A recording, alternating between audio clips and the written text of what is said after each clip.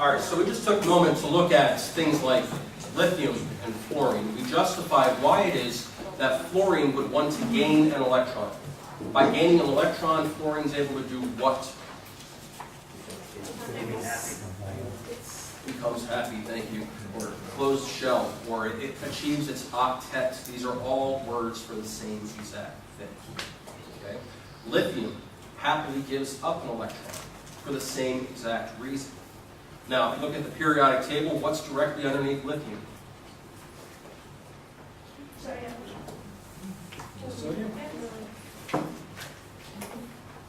What's that? Followed by? Yes. Followed by? Rubidium, and then cesium. And then, what's that last one? Francium. Francium, yes. All right. Every one of those is going to be willing to give up an electron for the same very reason. Because if you look at the periodic table, the way it's lined up is such that if you look at the columns of the periodic table, the electron configurations of the outermost shell should be the same all the way down the row. Does that make sense? Except it's going to be just higher energy levels. But it's going to be the same number of electrons in the outer shell. Now, we look at sodium.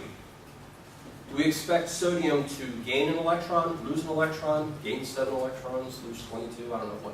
What do we expect sodium to do? Right, it should behave just like lithium. So it should give up 1 electron. Now, fluorine, what do we say fluorine likes to do? It likes to gain an electron. Okay? So what do you think will happen when we take this flask that contains fluorine gas and combine it with this little, I should say, a bead of sodium metal? Well, if you think of it as a tug of war over the electron, it's like me against my 2-year-old daughter. Let's see what happens.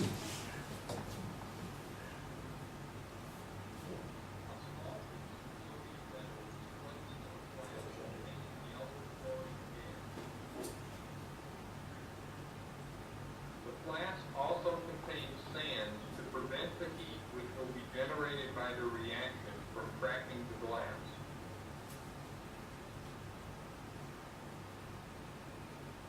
Initially, no reaction is observed between the sodium and the chlorine.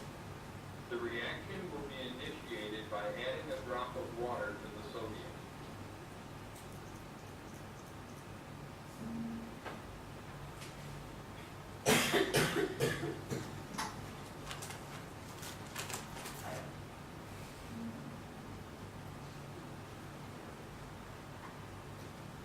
All right. Now, I had misspoken earlier and said fluorine. I meant chlorine.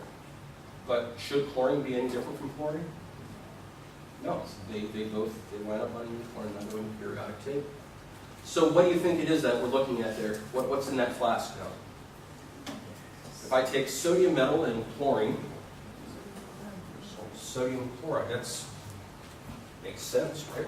Let's talk about how that could happen. By the way, what you're looking at there is a vaporized form of sodium chloride. I actually saw a really cool experiment where somebody decided that this is how they were going to salt their popcorn. So what they did was they got some cargo netting and they put the mesh that they put down there, and they put the popcorn kernels there, and then underneath it they ran the reaction of the chlorine mixed with the sodium, and then as it produced the sodium chloride vapor, it came and heated up the kernels, they popped, and of course the kernels were then completely coated with sodium chloride, except for the part where the net caught fire, and the popcorn did as well. I'm sure it would have tasted very good had it not. Okay.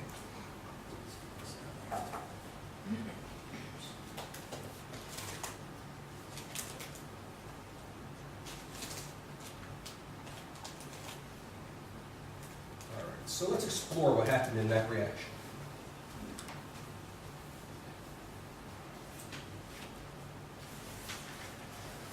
This type of reaction is typically referred to as an electron transfer reaction, which is a very apt name. I think you would agree. Okay, what I want to do here is I want to draw sodium.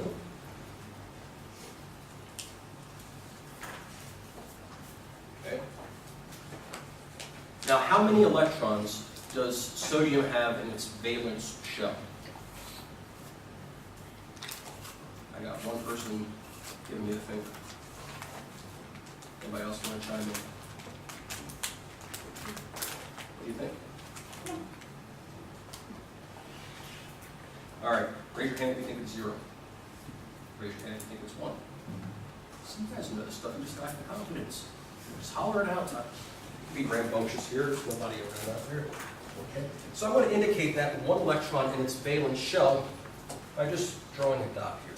You see, I know that there's other electrons around sodium, but they're all buried within these closed shells that aren't going to react with anything anyway. You see, organic chemistry, as you're going to find, is the chemistry of the valence electrons, not the inner shell electrons. So if I were to take that, mix that with chlorine, how many outer shell electrons, how many valence electrons does chlorine have? A chlorine atom? 7.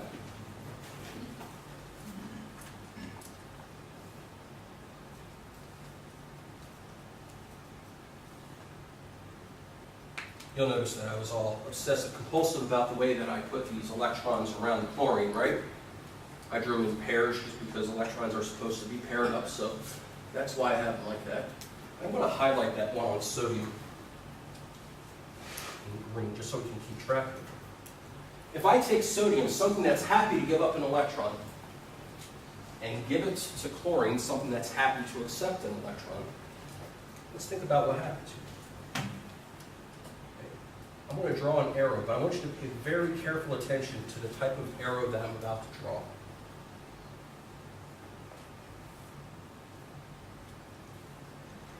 Notice it's kind of like a fish hook. It's a half arrow. Okay? And we use half arrows in organic chemistry to indicate the movements of a single electron.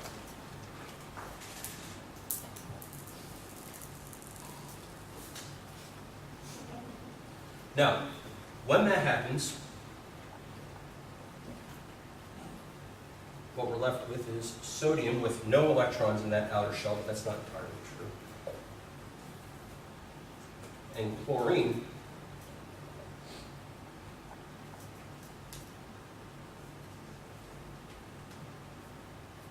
which now has 8 electrons in its outer shell. How does chlorine feel right about now?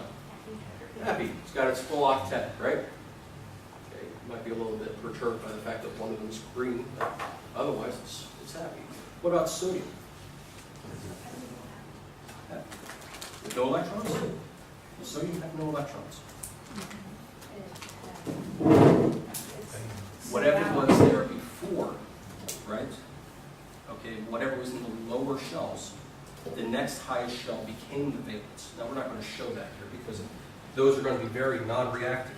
So what happens to the charges here? That's very ambiguous. Sodium is positive. Okay, sodium has lost a negative charge, therefore it is now positive. Okay, and chlorine? Negative. Chlorine has picked up an extra electron. Okay, so it becomes negatively charged. And what happens when you have something that's positively charged and something that's negatively charged? They snap together, right?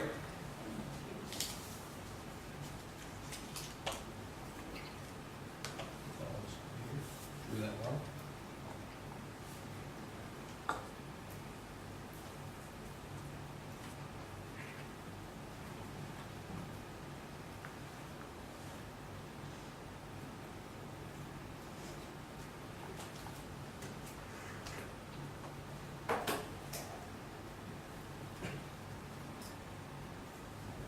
Okay.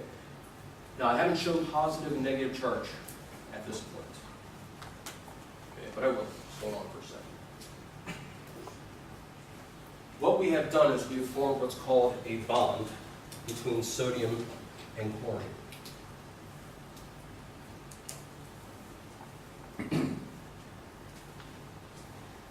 Okay, in particular, we call this an ionic bond.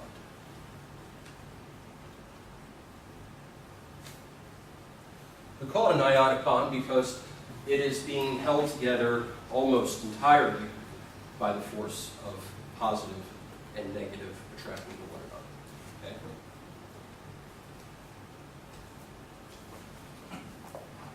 Now, real quick, I want you to think about the left side of the periodic table with sodium, lithium, potassium.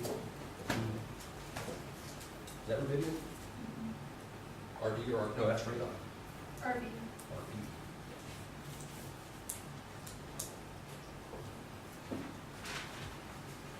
Okay, and francium, which francium was actually proposed to have been the active ingredient in the first nuclear weapon that was ever dropped over Hiroshima. But it turns out that there's not enough francium in the world to actually do what that thing did. So you have all these elements here that are on that left side of the periodic table.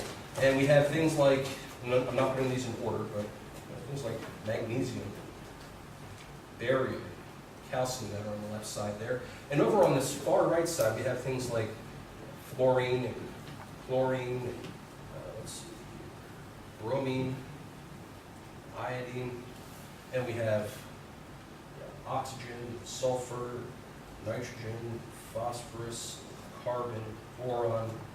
Okay, so this is the right side of the periodic table here, and the left side over here. Just by the physical placement of these atoms on the these elements on the periodic table, we can start to draw some conclusions about how they should behave. We know fluorine wants to gain electrons, right? And how about chlorine? Bromine? Iodine? How about oxygen?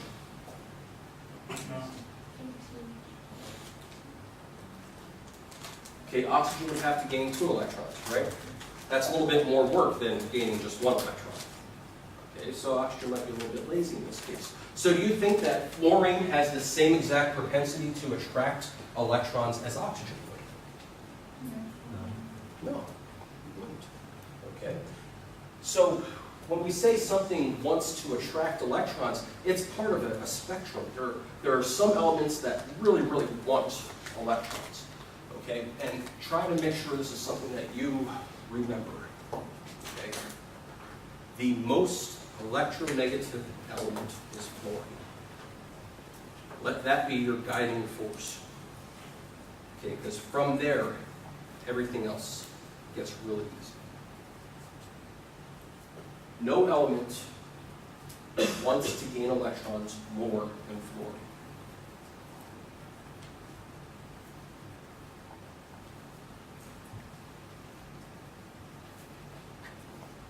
No element wants to give up electrons more than, what do you think? I just told you the answer, kind of. Who's got that periodic table up? No. Is it helium? No. Hydrogen. I'm proposing something so reactive that it would be compared to the power of a nuclear weapon. Francium. Okay, so on the bottom left-hand corner of the periodic table here, what is that, FR? Yes. Okay.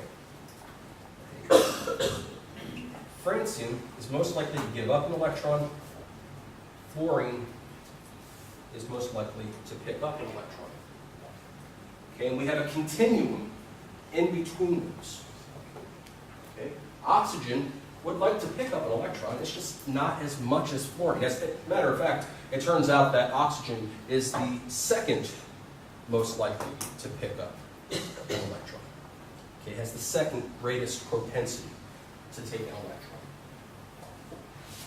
The general trend that we're going to be working with here is as follows.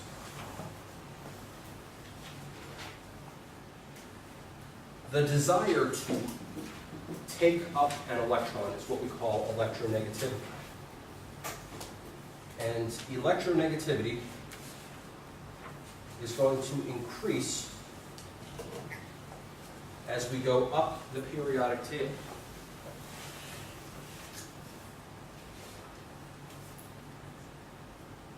So what's more electronegative, fluorine or bromine? Fluorine. It's the most, right? Okay. And therefore, we can expect that electronegativity is going to decrease going down the periodic table. Electronegativity also increases as we go across the periodic table, from left to right.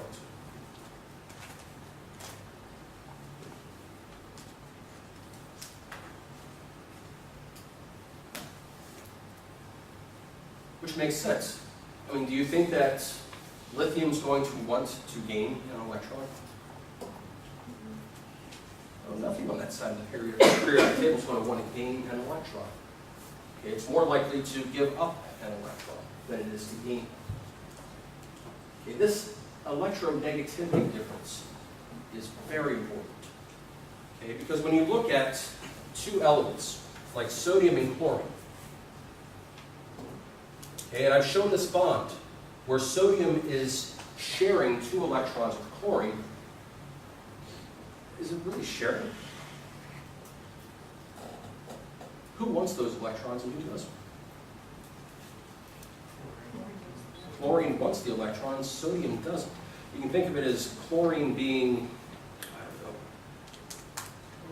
know. No, I'm trying to think of a really good example that's not so graphic. No, can't come up with one. Yeah, chlorine took sodium's lunch. What's that? Chlorine took sodium's lunch. Yeah, but sodium wasn't hungry. Okay? All right. Okay, so this is not really being shared, and that is a characteristic of an ionic bond, is that the electronegativity difference between the 2 partners in that bond is so vastly different as to the electrons are going to remain with one party after leaving the other.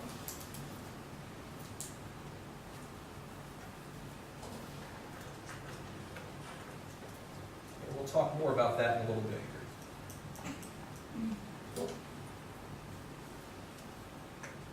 Let's look at the other end of the spectrum.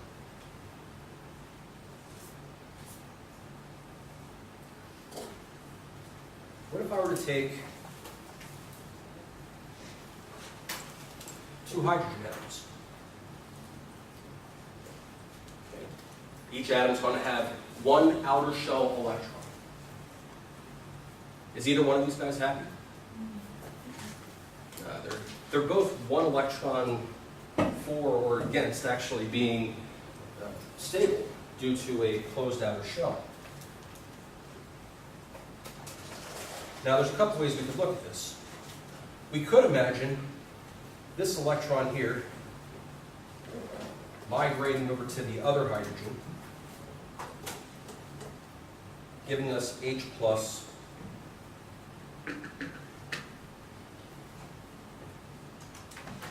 plus H minus, right? But what happens when we have a positive and a negative charge together? They want to come together.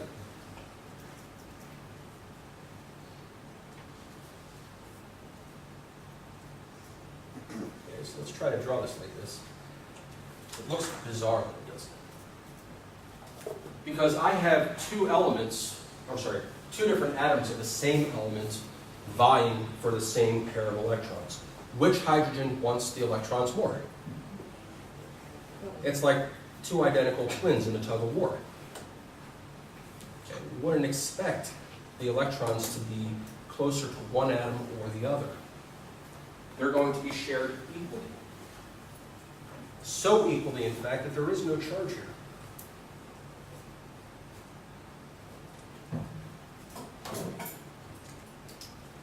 Okay, this is what we call a covalent bond.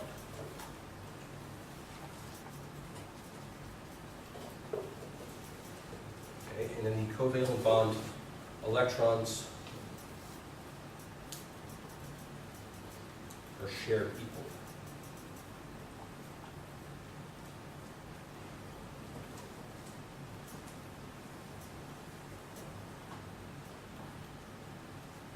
What's interesting about this, though, is that you can imagine that that can't be right. Somebody help me out here? Is that correct? Equally? You ever notice that? Sometimes you just look at a word. And, all right, the electrons are being, oh, it looks better now when I look here. The electrons that are being shared here are by the same exact element. And we've already said that as you go up the periodic table and across the periodic table, that the electronegativity is going to change. There's going to be very few cases where the two elements or two atoms that are involved in a bond are going to be exactly the same. As a matter of fact, the only ones that I can think of would be in the case of chlorine, fluorine, bromine, iodine, oxygen, nitrogen. I can't think of any other diatomics. Am I missing one? What's that? I think there's 7 of them, aren't there? Oh, and then 5, hydrogen. 6, 7. I hope so, because that's what I got here.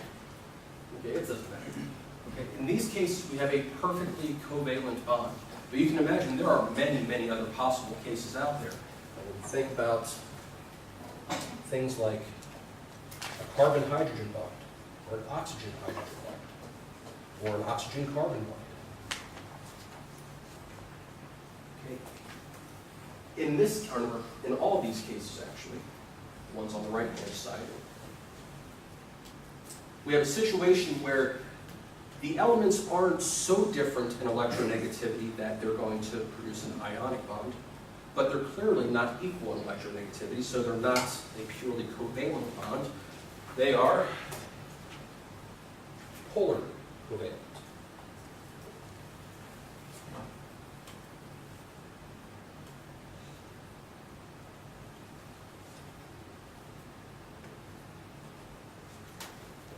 Okay, and polar covalent bonds are going to comprise most of the things that we deal with in this course. Some of you may remember from general chemistry that there are cutoffs for what makes something a polar covalent versus a non-polar covalent bond. There was some difference in electronegativity that constituted the cutoff, and that's pointless. What's important for you to be able to do is to look at the two elements involved in a bond and predict if that bond is going to be more or less polar than another bond. So it's about relativity. It's about being able to predict what's more polar, an OH bond or an OC bond. And I want to guarantee you right now it's not what you expect it to be. Okay? So there are differing degrees of polarity of a bond. How can we do this quantitatively? Well, a table of electronegativities would be pretty helpful, right? Okay, so I urge everybody here to find a periodic table that suits them. Okay, I used to hand them out, but really everybody has their own needs when they're looking at periodic tables. Some have too much information, some have not enough, some are easier for some people to read. I have put together the transition levels and all that good stuff because we're not going to deal with them here. And it also has electronegativities and relative electronegativities. All right, so that's another thing that I expect everybody in here to be able to do, and that is to look at a bond and classify it as being ionic, polar, or polar covalent or covalent.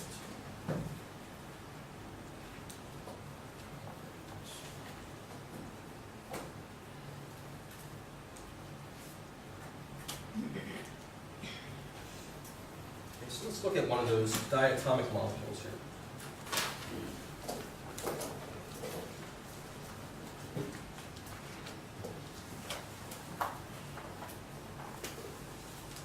Let's start earlier than that. Cl2. I could also draw this as being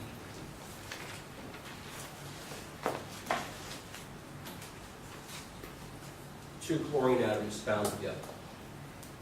Well, what does that really mean? Well, well, let's look at this. A chlorine atom has how many electrons? 17. 7. Outer shell. No, I don't know. Outer shell.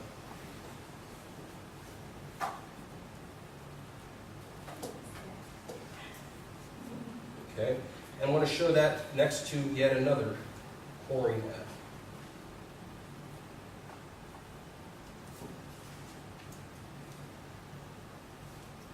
Both of these guys have 7 electrons. Both of them are 1 electron short from their octet. So I think it would suffice to say that neither one of them is particularly happy at the moment, right? Okay. But what if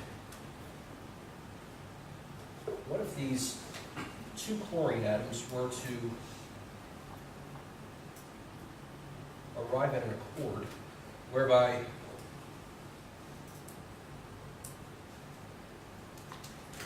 each one of them kind of donates an electron to the other? Again, notice we're showing the movement of 1 single electron. Okay, so we're using these half hooks. Now, in the case of sodium, when I showed these half arrows, okay, the electron was leaving sodium because sodium wasn't holding on to it. But do you think chlorine is going to just let go of its electron? No, it's not. It wants to hold on to it. So then what we wind up with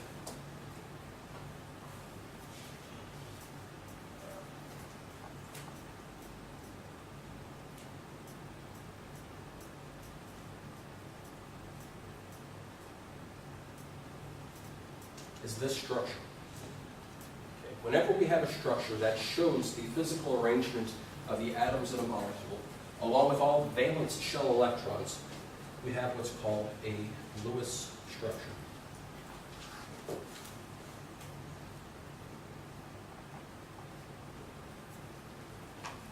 Okay, again, I'm sure in Gen Chem everybody remembers being given really strange looking molecules and being asked to come up with a Lewis structure for them. We're not really going to try to trick anybody here, okay? But there are a couple things that you should be able to figure out for your own. For instance,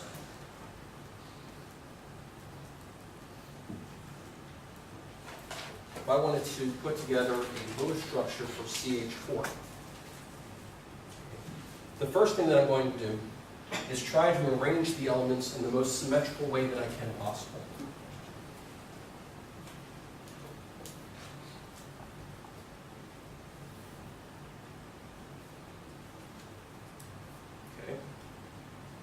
Now, how many outer shell electrons are there for each atom that's involved? Let's start off with hydrogen.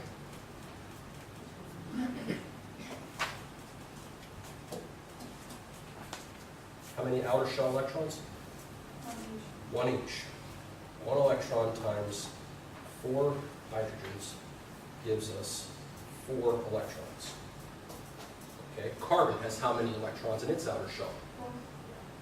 4, right?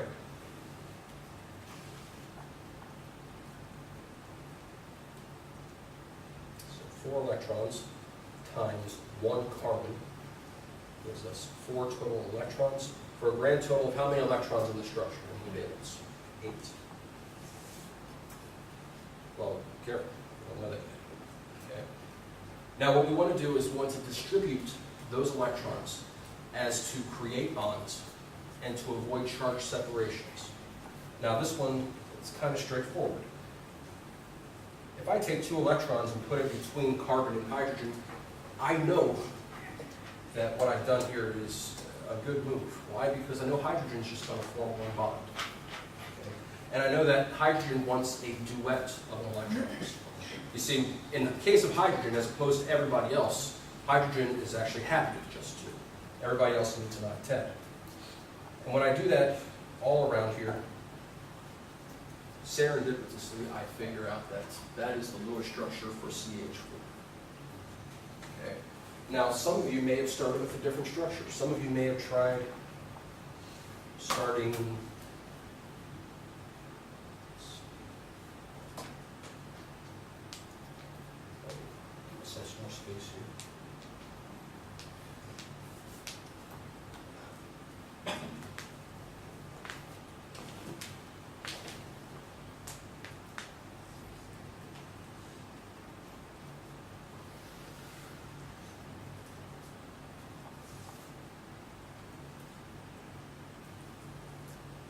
Okay, and if I try to distribute those 8 electrons, 2 here, that looks good. 2 here, that looks good. But then I have to put 2 here and 2 here to make those bonds happen. What's wrong with that? Hydrogen has 4. Hydrogen's going to have these 74 electrons. Okay. I didn't talk about a quartet at any point, did I? Okay. So this is not going to be a good Lewis structure. So let's try this with water. How about you try that on your own? You work on the Lewis structure of water, and I'm going to do the same.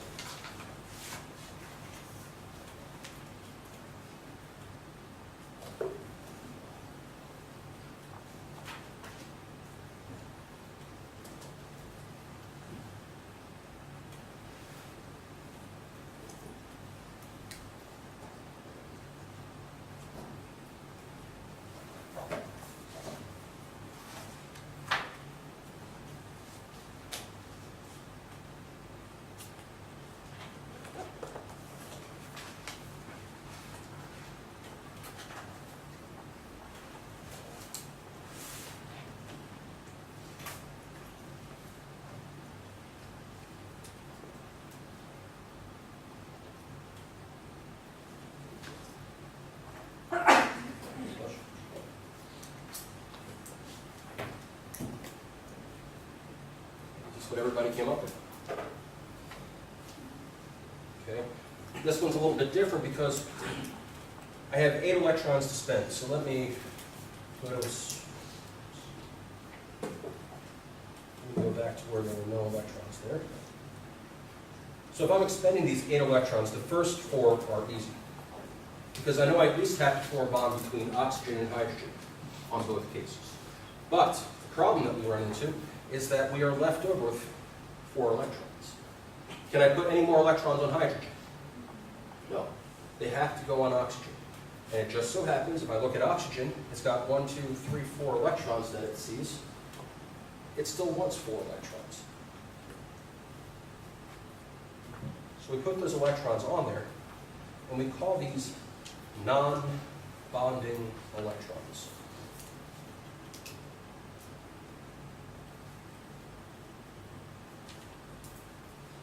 Okay, you may also see it referred to as a lone pair, as in oxygen has 2 lone pairs of electrons.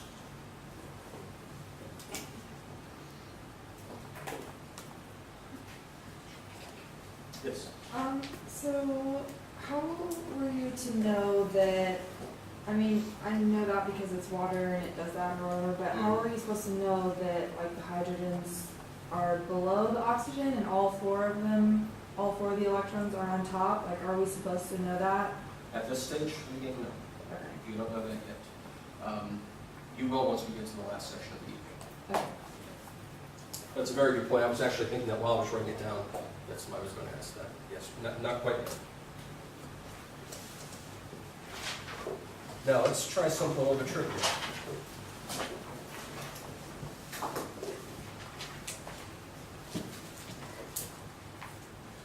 This is a smidge trickier. The hydronium ion, H3O+. Okay, in this case, I need to take a slightly different route. Okay, I know for hydrogen, I have 3 hydrogens times 1 electron each is going to equal 3 electrons total being brought to the table by hydrogen.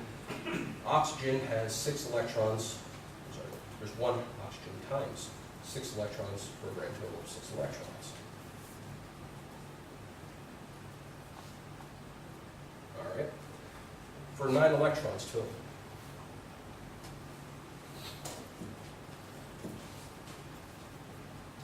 But there's a positive charge on this particular ion. So what does that do to our total electron count? Well, in order for it to be positively charged, that means it must have 1 electron less than what we expected it to have. Okay, so we subtract whatever the charge is.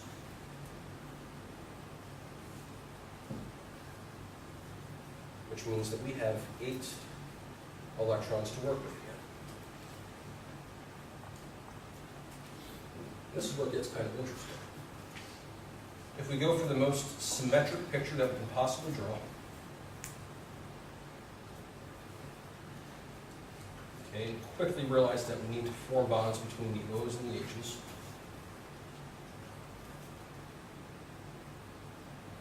We consume 6 of our electrons. We have 2 that are left over. Oxygen has 2 more. So now, instead of having oxygen with 2 lone pairs, now we have oxygen with just a single lone pair. But there's something missing. We need to show where that positive charge actually resides. And the way we do that is by computing what's called the formal charge.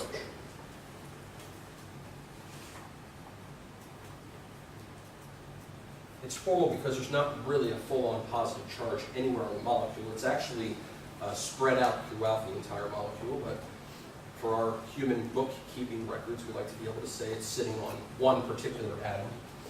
And the way we calculate the formal charge is as follows. The formal charge is equal to the valence electrons, number of valence electrons of the element in question, minus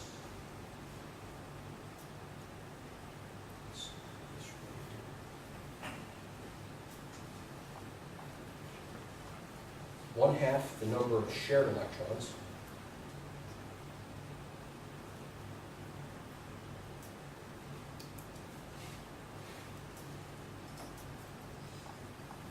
plus the number of unshared electrons.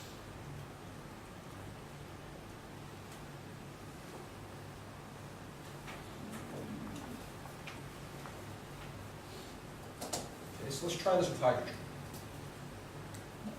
How many valence electrons should hydrogen have? Shout it out. 1. Okay, minus. If I were to look at all these hydrogens, I'll see that they're all the same, so I don't need to do the calculation 3 times over. I'll just examine one case. Okay, how many shared electrons does hydrogen have?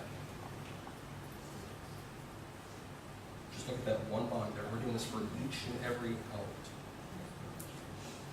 Okay, it has 2 shared electrons, right? Okay, it's sharing 2 electrons with oxygen. 1/2 that number is 1. Okay. And how many lone pairs how many lone pairs of electrons does hydrogen have? None. Therefore, the formal charge on hydrogen is going to be equal to 1 minus 1. And folks, this is about as complicated as the math and organic chemistry gets. 0. So there's no charge on the hydrogen. And again, I can go through the other 2 hydrogens if I'd like, but that would be just the same word over and over again. How about oxygen? Okay, how many valence electrons does oxygen have? 6. Okay.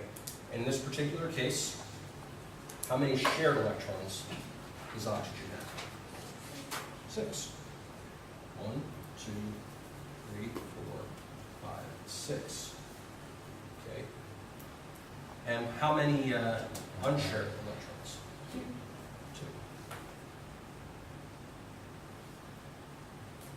Well, Yeah, he's got the 1.5. thank you. You guys are on it. Pretty late at night. All right, so this should not be 6.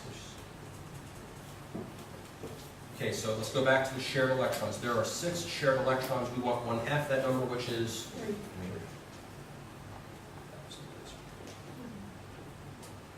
Okay. How many electrons are unshared? 2. Okay, so we get positive 1. What's the charge on oxygen? Positive 1. And we have to show that for proper Lewis charge.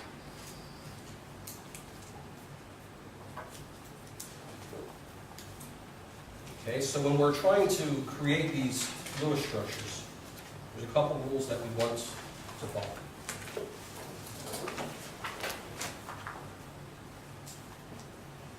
Number one, aim for symmetry.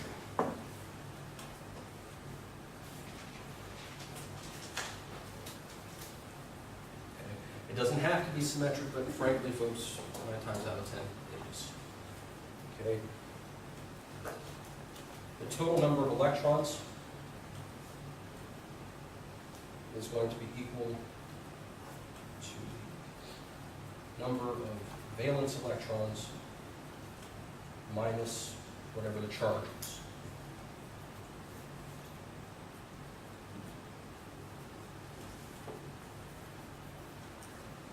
As much as possible, make sure everybody has their either octet or duet.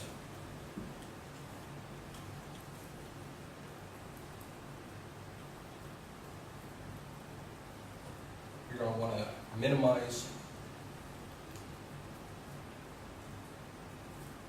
charge separation.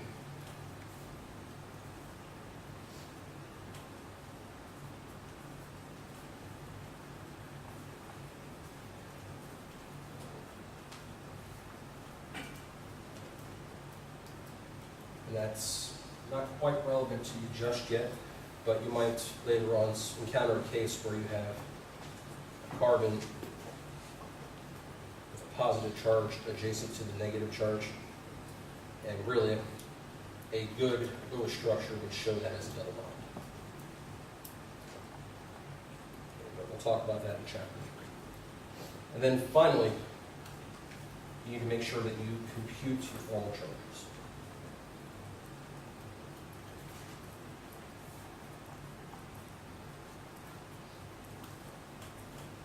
Okay? Any questions on that? All right, let's take that 10-minute break. Come back here at about 8 o'clock and we'll finish up the last section.